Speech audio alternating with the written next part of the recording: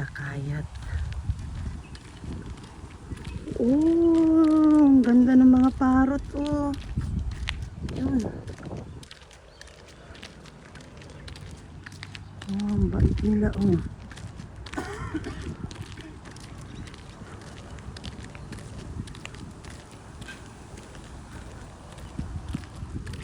Up, Coco, ha? Wag habulin.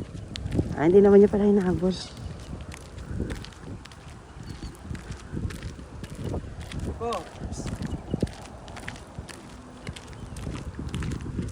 Higian niya lang na naman lahat ng puno yung madaanan niya.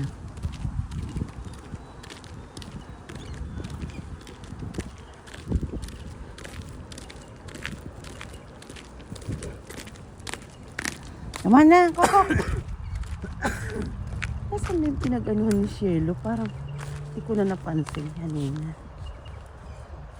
Sabi ko, mas maganda pa yan. Talian mo na lang. Ito ko na ng tubig dyan. Tubig ka ulit?